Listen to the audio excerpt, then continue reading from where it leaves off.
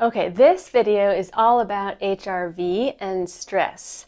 So what is HRV? It is called heart rate variability. Now, the important thing about heart rate variability is that it is the measure of time between heartbeats.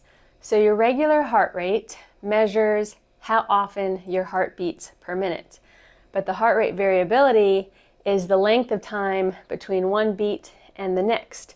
And this varies, hence the word variability. So it varies depending on your breath, and this is where things get super fascinating. On inhale, your heart rate speeds up a bit. On exhale, the heart rate slows down a bit.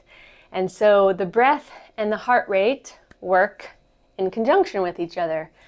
Obviously, if we are breathing a lot heavier and faster, our heart rate will be higher.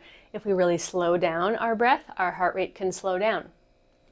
So what they measure heart rate variability for is actually a marker of stress.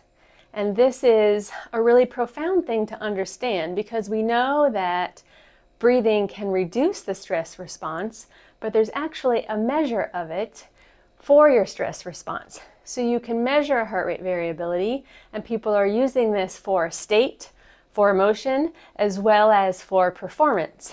It can give you a readout and a parameter of how stressed you are going into your performance, whether you really should use a recovery day, or in general, how stressed you are in life, and whether or not there are things that you can do to bring that down to then be able to recover and or heal well. So two things that affect heart rate variability are sleep and breathing. And these also really affect the stress response. So in order to measure your heart rate variability, you need an HRV monitor.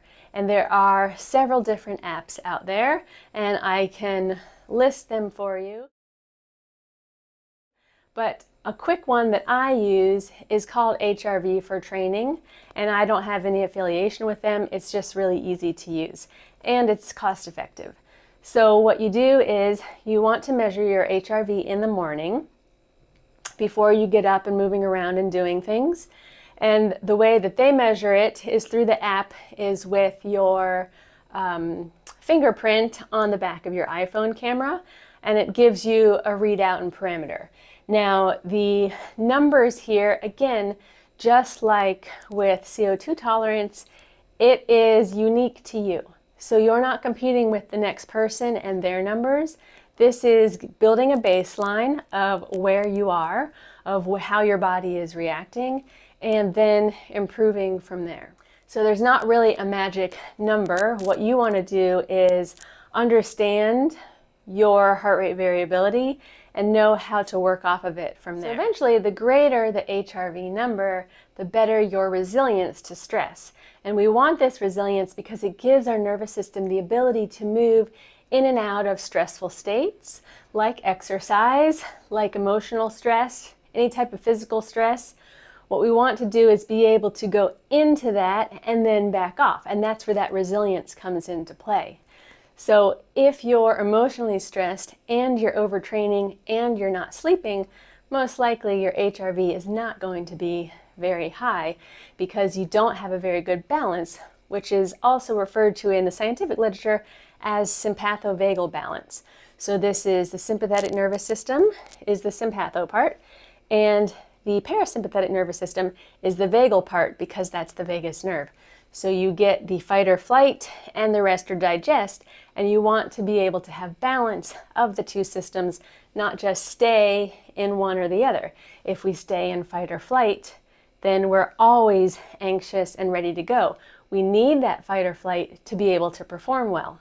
But we have to be able to recover well too, and that's where the parasympathetic comes into place. That's where that vagus nerve activation is really key. That's the rest or digest. We can't stay in rest or digest because then we never get anything done. But we need to be able to have a balance of both, which then allows us to be alert yet calm. It allows us to go into activity, but then also sleep and recover.